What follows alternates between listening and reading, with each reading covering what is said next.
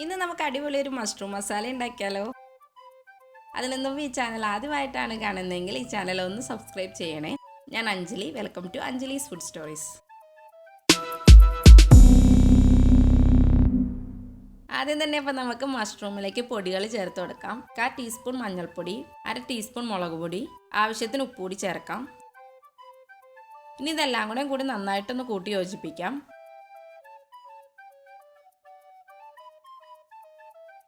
ഞാനപ്പോൾ ഇവിടെ 200 ഗ്രാം മഷ്റൂമാണ് കേട്ടോ എടുത്തിട്ടുള്ളത്. ബട്ടൺ മഷ്റൂമാണ്. അപ്പോൾ ഒരു മഷ്റൂം അത് 2-3 പീസസ് ആയിട്ട് കട്ട് ചെയ്തിട്ടുള്ളതാണ്. ഇനി നമുക്കപ്പോൾ മസാല തയ്യാറാക്കി എടുക്കാം. അപ്പോൾ പാൻ ഒന്ന് ചൂടായി കഴിയുമ്പം ഇതിലേക്ക് 2 ടേബിൾ സ്പൂൺ വെളിച്ചെണ്ണ ഒഴിച്ചു കൊടുക്കാം.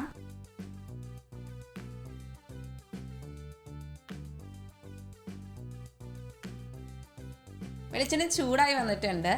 അപ്പോൾ ഇതിലേക്ക് 1/4 ടീസ്പൂൺ ജീരകം ചേർക്കാം. ഇനി 2 കഷ്ണം ഗ്രാമ്പു ചേർക്കാം. ഒരു ചെറിയ കഷ്ണം പട്ടയും കൂടെയും. ഇനി ഇതിലേക്ക് ഒരു പച്ചമുളക് കൂടി ചേർക്കാം. പിന്നെ കുറച്ച് കറിവേപ്പില. അപ്പോൾ ഈ ജീരകമൊക്കെ ഒന്ന് മൂത്ത് കഴിയുമ്പോൾ നമുക്ക് ഇതിലേക്ക് ഒരു മീഡിയം സൈസ് സവാളയാണ് ചെറുതായിട്ട് കൊത്തി അരിഞ്ഞിട്ടുള്ളതാണ് ഇതുകൂടി ചേർക്കാം. കുറച്ച് ഉപ്പ് കൂടി ചേർത്ത് കൊടുക്കാം. ഈ സവാള ഒന്ന് വഴറ്റി ഇട്ടാനായിട്ടുള്ള ഉപ്പ് മതി.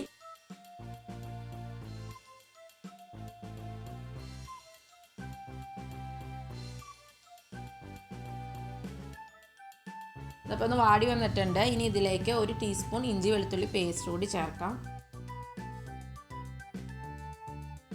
ഇനി ഇഞ്ചിയുടെ വെളുത്തുള്ളിയുടെ ഒക്കെ പച്ചമണം മാറണ വരെ നന്നായിട്ടൊന്ന് വഴറ്റിയെടുക്കണം. അതുപോലെ തന്നെ സവാള ഏകദേശം ബ്രൗൺ കളർ ആവണ വരെ നന്നായിട്ട് ഇതൊന്ന് വഴറ്റിയെടുക്കാം.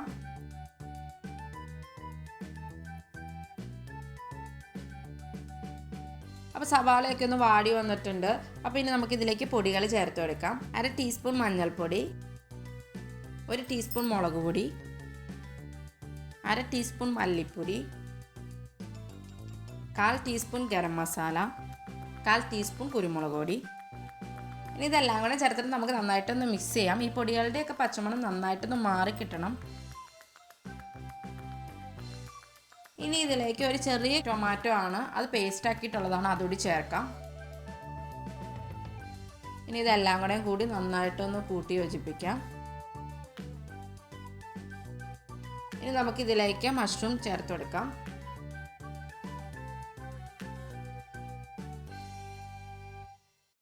ഇതെല്ലാം മസാല എല്ലാം കൂടി ഇതിലേക്കൊന്ന് മിക്സ് ചെയ്യണ വരെ കുറച്ച് നേരം ഒന്ന് ഇളക്കി കൊടുക്കണം.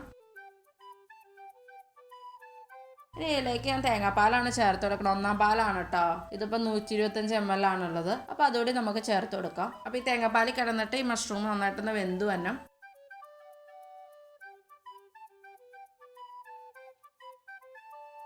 മഷ്റൂമിൽ ഓൾറെഡി ഉപ്പ് ചേർത്തിട്ടുള്ളതാണ്. അപ്പോൾ അതനുസരിച്ച് സ്വല്പം ഉപ്പ് ചേർത്താൽ മതി.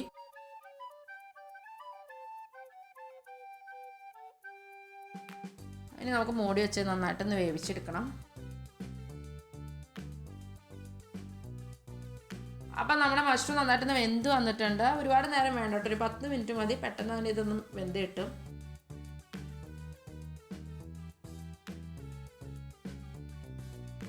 ഇനി ഇതിലേക്ക് 1 ടീസ്പൂൺ കാഷ്യൂനട്ട് പൊടിച്ചതും കൂടെയും ചേർക്കാം.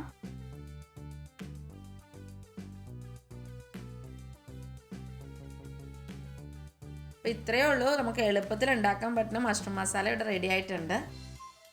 കുറച്ച് മല്ലിയിലയും കൂടി ഇട്ട് നമുക്ക് ഇതിനൊന്ന് ഗാർണിഷ് ചെയ്യാം.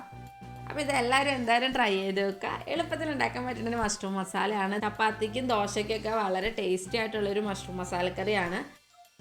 അപ്പോൾ എന്തായാലും എല്ലാവരും ഇത് ട്രൈ ചെയ്ത് വെക്കുക. നിങ്ങളുടെ അഭിപ്രായങ്ങൾ കമൻറ്റ് ബോക്സിൽ കമൻറ്റായി രേഖപ്പെടുത്തുക. ഇനി പുതിയൊരു റെസിപ്പിയുമായിട്ട് നമുക്ക് വീണ്ടും കാണാം.